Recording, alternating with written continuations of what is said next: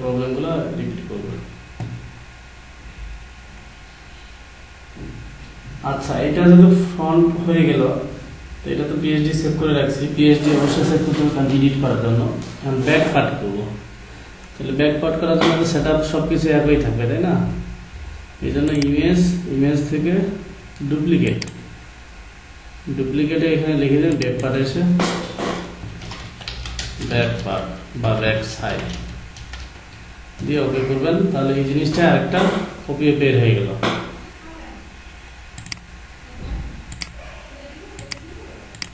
কেন দেখতেছেন না? হ্যাঁ,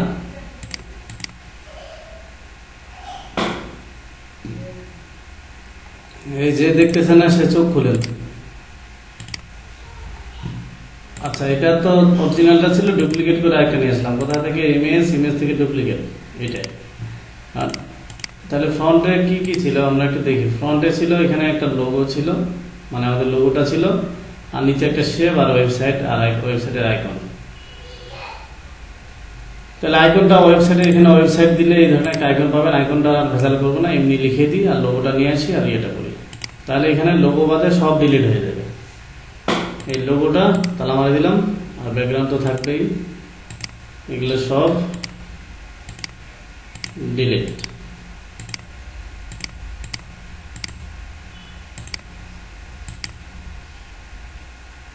ওকে, তাহলে লোগোটা আর ব্যাকগ্রাউন্ডটা, ব্যাকগ্রাউন্ড দুইটা সিলেক্ট করে অ্যালাইন সেন্টার, সেন্টার মানে দুই পাশে মিডিলে নিয়ে গেলাম।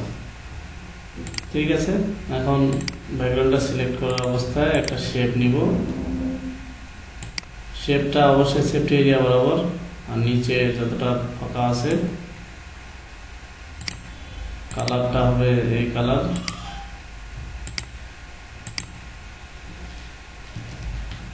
এই যে সাদা সাদা দেখাচ্ছে, বেশি নিলে পরে প্রিন্টে খারাপ দেখাবে, বড় দেখাবে আর কি বেশি। সমস্যা তো নাই। আচ্ছা, এইটাই যদি আমরা ওই যে এখানে আরেকটা নিচে এই যে অরেঞ্জ কালার, তাহলে এটা রেক্টেঙ্গেল দিয়ে আরেকটা আমরা ওইটাই একটা ডুপ্লিকেট করি, কন্ট্রোল জে, ডুপ্লিকেট করলাম। এটার কালারটা এই কালার। সো ট্রান্সফর্মটা অন করে এটাকে ছোট করে,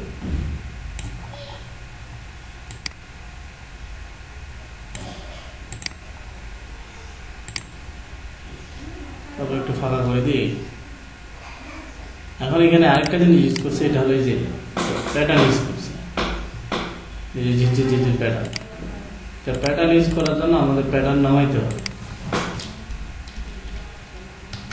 free pattern download in Photoshop. কি যে লিখলাম, প্রবলেম আছে।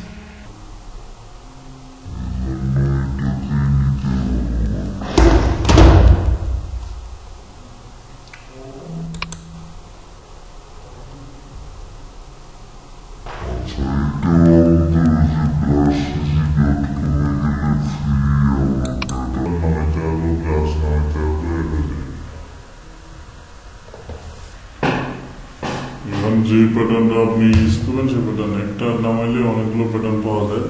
তো বিজনেস কার্ডের জন্য এই প্যাটার্নগুলো বেশি ইউজ করে। তারপরে আর কি আছে, যে এটাই নামাই, এটা ফ্রি ডাউনলোড। এখানে একটু কাহিনী করবে।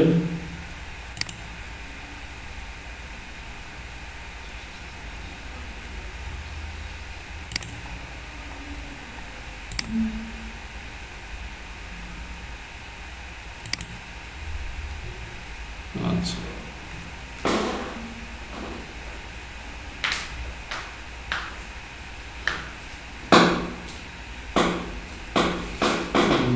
ডাউনলোড এটাকে আনজিপ করি।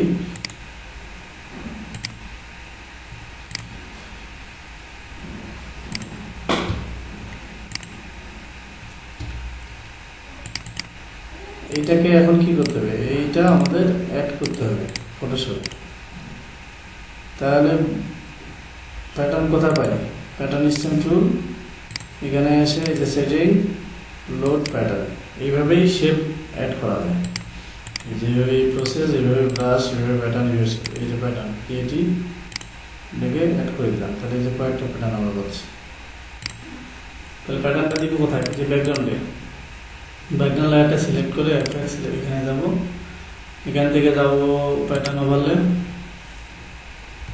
প্যাটার্ন ওভারলেতে এসে কোনটা প্যাটার্ন ভালো লাগে দেখেন, এটা এখানের, এটা এখানের।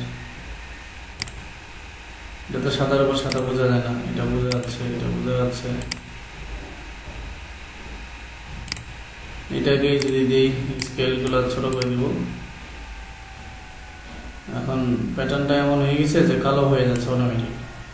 আর ওইখানে যে প্যাটার্নটা ইউজ করছে এটা একটা লাইন, শুধু লাইন ইউজ করছে। তাহলে আমাদের আরেকটা প্যাটার্ন,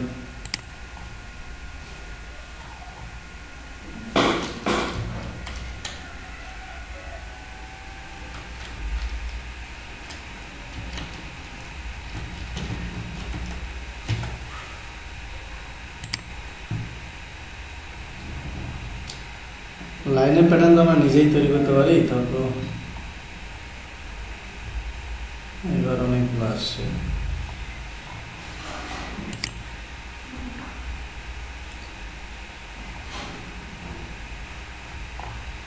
এখানে উপরে দেওয়া আছে কোনটা দরকার, ব্যাকগ্রাউন্ড, টেক্সচার, ডিজাইন, অ্যাবস্ট্রাক্ট। তো যেটা খুঁজতে সেটা পাইলাম না, তাহলে আমি এখানে একটা প্যাটার্ন তৈরি করে ফেলি। লাইন টুল দিয়ে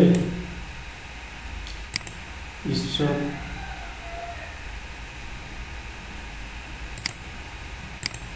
ফিলটাও ওটার ধরে কপি, ওটার ধরে কপি, এই তিনটায় এটা, এই তিনটা ওটা ধরে আবার কপি করে কন্ট্রোল টি, ভুলভাল কপি হয়েছে একটা লাইন।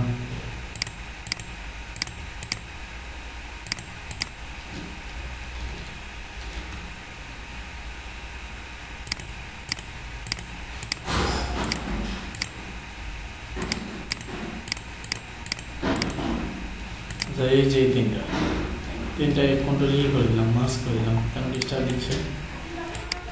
ওটা ধরে একটা কপি নিয়ে কন্ট্রোল টি, হরিজন্টাল।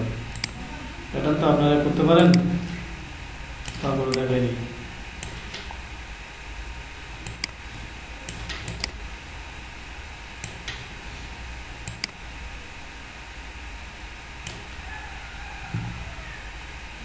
ওকে, এটুকুই প্যাটার্ন করবো, সবগুলো কন্ট্রোল ই আবার করে দিলাম।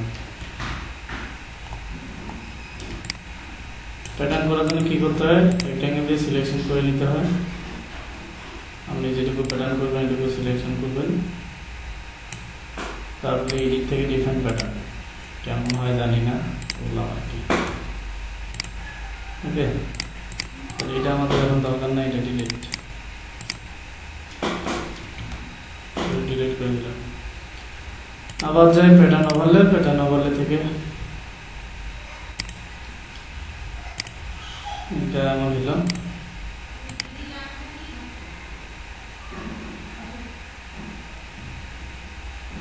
আচ্ছা, খুঁজলে আমরা ওই ধরনের প্যাটার্নটাও পাবো, জাস্ট আপনাদের প্যাটার্ন কিভাবে ইউজ করবেন এটা দেখাই দেবো।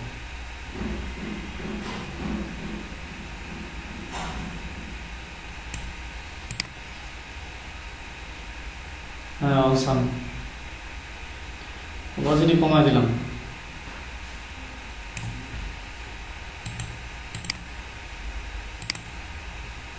তাহলে এই ফাইলটা পিএইচডিটা সেভ করি, ব্যাক পার্ট করি। তাহলে এই হয়ে গেল ফ্রন্ট পার্ট, আর এটা হলো ব্যাক পার্ট, এই দুইটা। এখন এখানে আমরা যে দেখতেছি এই যে উল্টানো আছে, যেভাবে মক আপ করানো, এটাকে বলে মক আপ, যেভাবে মক আপ করানো আছে। তো মক আপ করানোর একটু পরে দেখবো, আগে আপনাদের তো একটু প্র্যাকটিস করা লাগবে।